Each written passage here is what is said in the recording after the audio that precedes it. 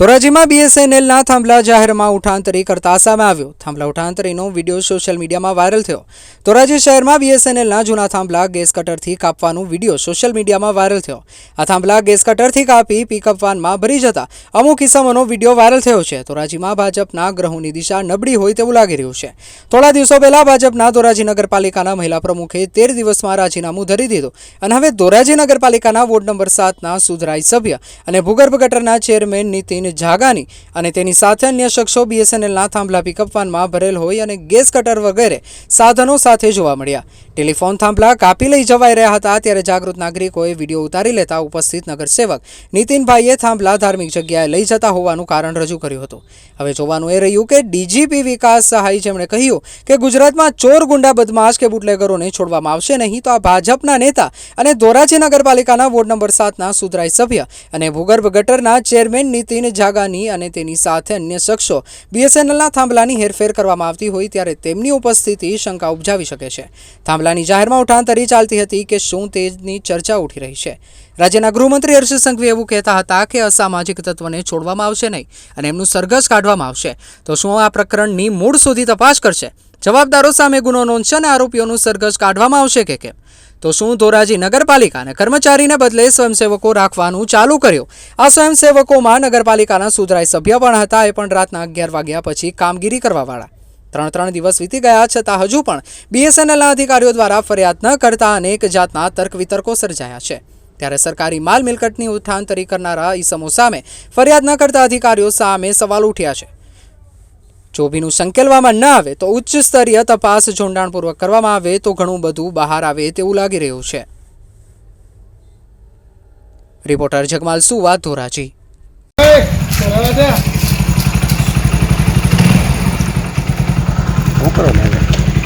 શું કરો છો?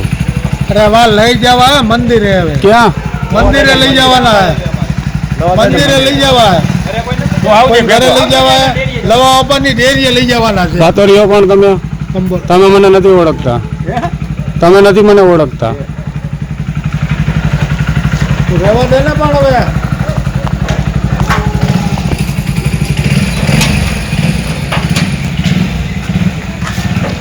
કટિંગ શા માટે કરતા હતા ભાઈ?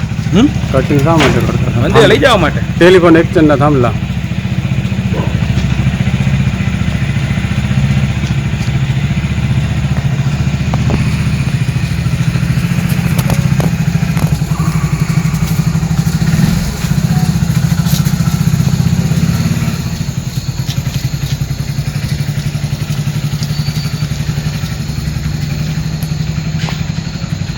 એમાં ફરિયાદ થઈ, થાંભલા ચોરાણા હતા. એમાં શું થયું પછી? મને ખ્યાલ નથી. હું તો બહાર હતો. હે હું તો કાલ પછી બહાર નીકળી ગયો હતો કોર્ટમાં. તમે વેરિફિકેશન કરાવવા તો ગયા હતા પોલીસ ભેગા? વેરિફિકેશન કરવા ગયા હતા. એ થાંભલા તો અમારા સાહેબે પહેલા કઢાવવા માટે કીધા હતા નગરપાલિકા. એ જ નીકળ્યા. એ ક્યાં ચોરાયેલા તો છે નહીં. એ થાંભલા તો ચોરાયેલા ન નીકળ્યા. ચોરાયેલા? એ ચોરાયેલા નહોતા. અમારા સાહેબે પહેલા છે ને નગરપાલિકાને કીધું હતું જે ભણતર રૂપ ને એવા થાંભલા હતા ને એના માટે. એનું મને લેખિતમાં આપો ને તો મારે ચેનલમાં દેવાનું છે. સાહેબ પાસે જવું ઉપલેટે, મારી પાસે થોડી જવાબદારી હોય. એવું છે? વિડીયો હાલો. હા બોલો સાહેબ. દુધરેજી સાહેબ બોલો. અવાજ ધીમો આવે સાહેબ તમારો.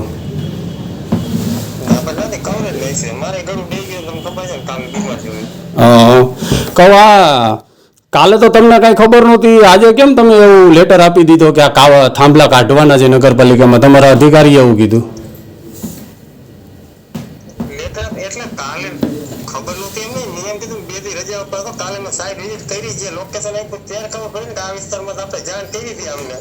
તો સાહેબ એના માટે તમને તો વિગત કઈ આપી નહીં. તમને તો કઈ વિગત આપી નહીં ક્યાંથી કાઢી ગયા, શું કાઢી ગયા.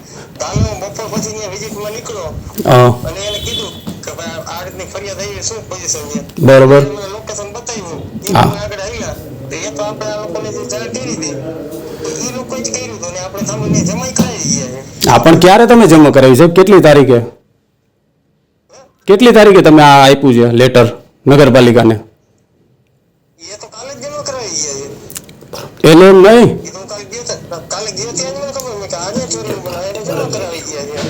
એટલે કાલે તમે કાપવાનું કીધું હતું ને કે નગરપાલિકામાં?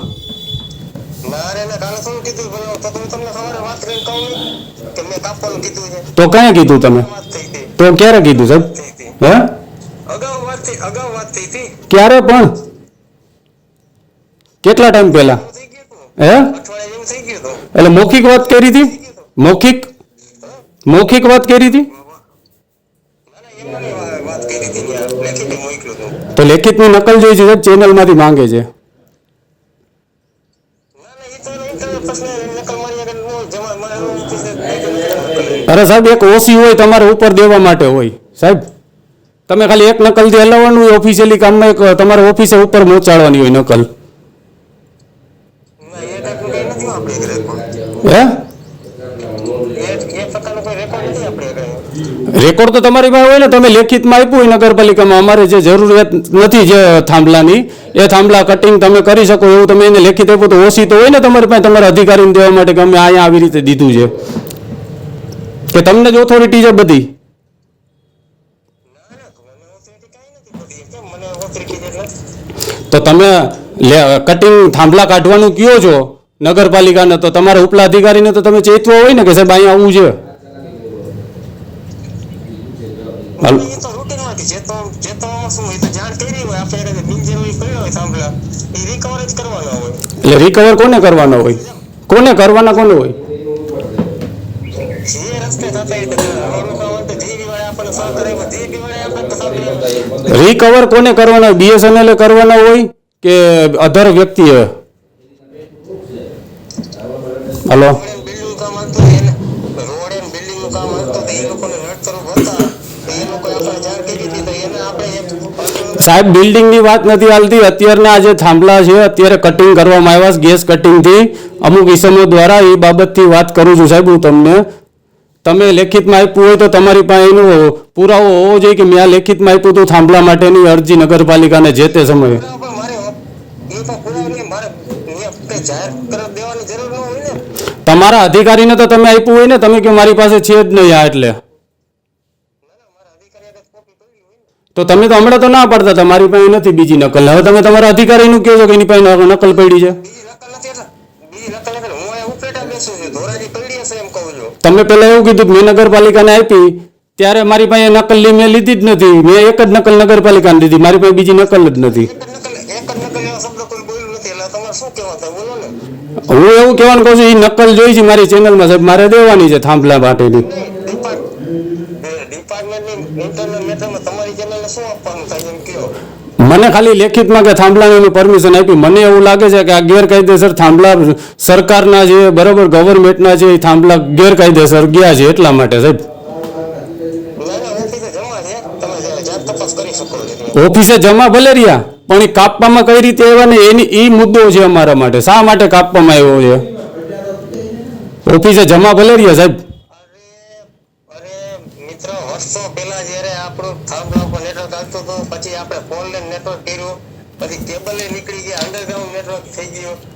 વર્ષોથી 30 વર્ષથી આપણે થાંભલા એમને હતા એમાંથી જ્યારે આપણને અનુકૂળતા મળી ત્યારે એ થાંભલા આપણે ઓફિસે જમા લેતા ગયા છે. મારે ઉપલેટા ઓફિસે થાંભલા જમા તો એમ નહીં, એટલે આ કોન્ટ્રાક્ટ આપ્યો તો આ લોકોને તમે કાપવાનો?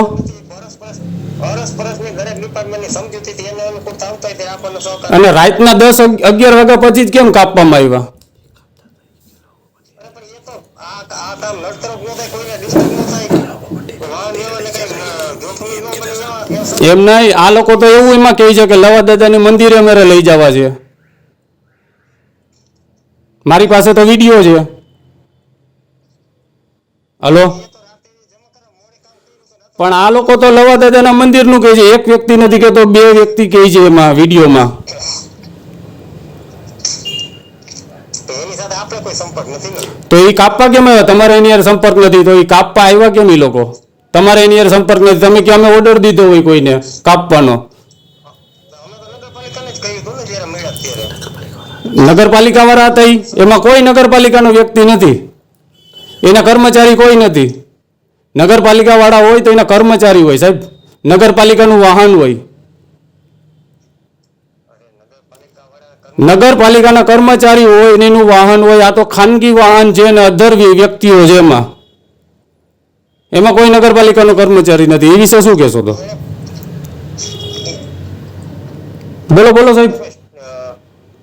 એને એના કોઈ સ્વયંસેવક શું કર્યું હોય તો અલગ વસ્તુ. સ્વયંસેવક હોય, કર્મચારી હોય ને સ્વયંસેવક હોય, કોઈ એવી સેવા કોઈ કરે છે આ દુનિયામાં? નગરપાલિકામાં સ્વયંસેવક હોય સાહેબ? પેલા એ કહો મને. ના હોય સાહેબ. સ્વયંસેવક કઈ રીતે હોય નગરપાલિકામાં સ્વયંસેવક? પણ એ તો તમે જે વિડીયો કહે તો મેં જાણતો નથી, જોયો નથી, એમાં તો શું તમને કહું. આ તો સાહેબ ખાલી મને તમે જે નકલ છે એ નકલ જોઈ, તમે નગરપાલિકાને કીધું છે લેખિતમાં કે ભાઈ આ થાંભલા તમે લઈ શકો, એ નકલ એક જોતી હતી. મારે બીજું કાંઈ સાહેબ કામ નથી, તમને કાંઈ હેરાન નથી કરવા. હું શું હેરાન થયો? મેં કઈ ખોટું કામ કર્યું તો હેરાન તો હું એટલે જ કહું છું સાહેબ, તમે મને એક નકલ આપી દો ને, મારી ચેનલ એવું કહે છે કે નકલ લઈ લો આપણે, બરાબર છે.